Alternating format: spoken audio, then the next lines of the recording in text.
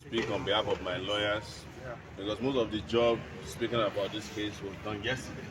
But the information we have for you is that the judge has finally granted bail after the hearing yesterday, and the bail conditions are very mathematical, so I leave it to the lawyers. But it's just to inform the Nigerian people that we are very resolute in our desire to make sure this country is extricated from the hands of mediocre people who are holding the country to ransom. We are very committed to ensuring that the welfare of the people of this country is paramount to us.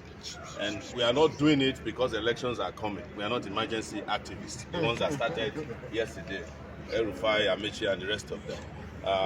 We do this as a matter of conviction, and it is our body clock that reminds us about injustice, not election calendars. So we know that the police is interested in my passport, and the judge asked me to deposit the passport. As you are aware, I have only one passport, the green Nigerian passport.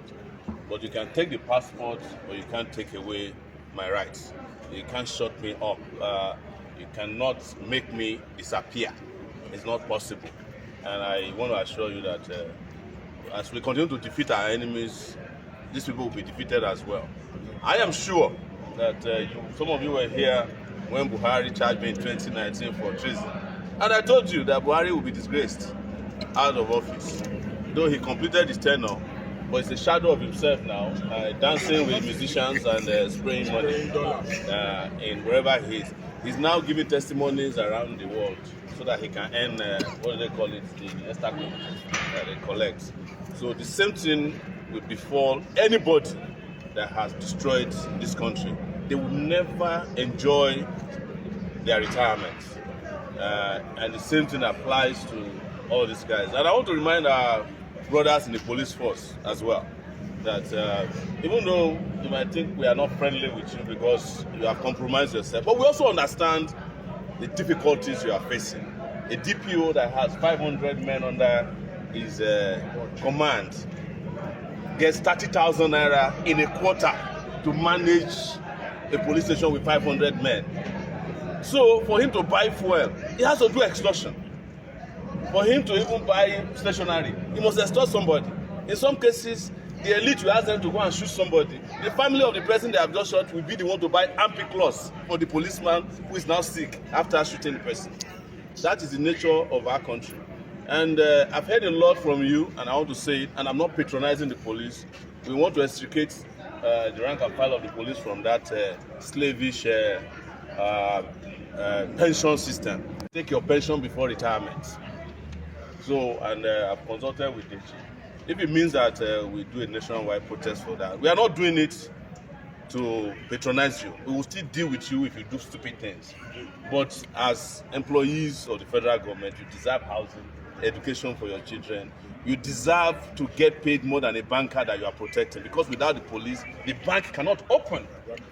So, finally, I want to remind the legal IGP of police, Egbetokun, that he will never win this case, and he's going to lose like the rest of them. What he's doing now is equivalent to the chief of air staff asking a pilot to go and bomb somebody's house because he criticized him. That's exactly what he's doing, and that is, if that's not permitted, then this one is also going to fail. So thank you very much for keeping watch. I'm standing here, I'm heartbroken with an offense that never existed in the first place. My gut was wrenching when the judge was reading bail conditions to me. And part of it was that Sowore might jump bail and I run away. You know, how is that possible that I run away from a country that I refuse to abandon the citizenship of Nigeria, even when I had the opportunity some 24 years ago? I could have abandoned Nigerian citizenship and become a US citizen.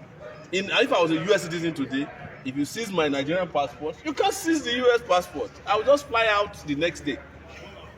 But we are here, come rain or sunshine. we are not running anywhere. And for this year, you know the motto, stand for who stand for you. Citizen as well. And a passport is not the property of the police. In fact, it's not the property of the judiciary. These are all abuses visited on us as citizens. I work internationally. I have my family based abroad. So restricting me to Nigeria by seizing my passport is not only targeting me as a person, my liberty, you are targeting my integrity, my dignity, you are targeting my family, you are targeting my existence. They want to force me to become a kidnapper. But I'm not going to become a criminal because they don't want me to work. For 5 years, between 2019 and 2025, when they withdrew their stupid treason charge from this same court, interestingly, it's the same guy that read my charge to me in 2019 that read the charge again yesterday. The same court registrar, same guy. So I was looking at him like, you should have told the judge who you are dealing with now. But that's not his business. But it is our right. You know, we have fundamental right to move anywhere we want in the world. That passport is just the license to make that trip. For ruling on the bail application that we in the legal team filed on behalf of Mr. Sowore. The police opposed the application, claiming that Sowore is going to jump bail, that is going to disappear. Embarrassingly enough, as the judge himself noted, and correctly so, even the police admitted Sowore on administrative bail, even though the conditions were ridiculous, asking him to bring a level 17 civil servant. But the court made a point that what informed your decision to consider him eligible for administrative bail and ineligible for court bail. So what the police is doing is trivialization. They are making a mockery of our legal system. And that is the point the court was making. Now, regarding the case, we don't want to go into the substance of the charge. But you in the media, you are aware when the current IGP told Nigerians about his relationship with the current president of Nigeria, Bola Ahmed Tinubu. He told us how Tinubu changed his life. So we have an Emilokong Inspector General of Police who believes this is his turn. And that is what this case is about. The media should not be confused. But regarding Sowore as the person, this is a man that was charged by the Buhari dictatorship for treason and treasonable felony and what have you. He never ran away. He came to court consistently. Sowore is also currently facing other cybercrime charges, including the one by Nengoku. He has not jumped bail for 1 day. So ordinarily, even if the court has said he's admitting him to bail on his own self-recognizance as a two-time presidential candidate, as the founder of a foremost media organization, the court would have been right. But we as lawyers, we defer to the court. We are going to come back for the trial. It will be interesting to see IGP Ebetoku in the witness box. Since he has insisted that, contrary to what Sowore has said, that he's not an illegal IGP, that is a legal IGP. I think Nigerians would like to hear about the legality of his appointment. Nigerians would like to hear the IGP in the witness box explaining how Sowore hurt his feelings, how Sowore threatened him and made him so afraid of his life by calling him an illegal IGP.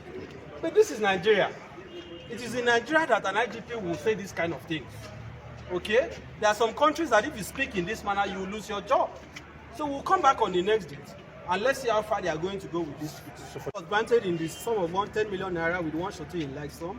The shorty must have a landed property within Abuja. A title document has to be deposited. The bail must be verified by the registrar of the court.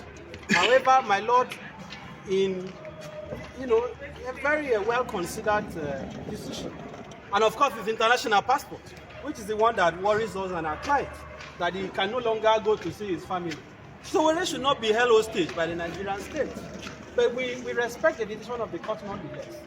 So he has, however, been given an extension of time for perfection of that bill. We are hoping that within today or tomorrow we are going to tidy it out. But regarding the charge itself, we are not losing sleep. Sowore is not losing sleep. We'll be here in April to see how far they are willing to go.